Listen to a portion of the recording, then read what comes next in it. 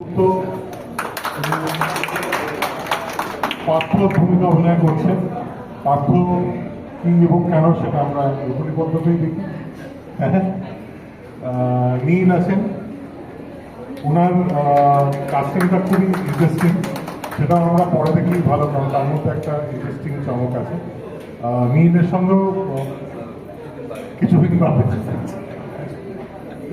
নীল আছে। আচ্ছা, শুভশ্রী, ওর সাথে আমার প্রথম কাজ, আমাদের সময় সেটা অভিনেত্রীদের মধ্যে একজন, এবং ওর সাথে আমার প্রথম কাজ।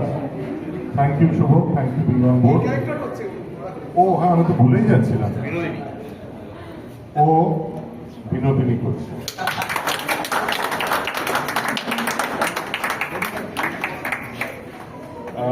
পার্নোর সঙ্গে আমার রাজকাহিনীর পর আবার কাজ হচ্ছে।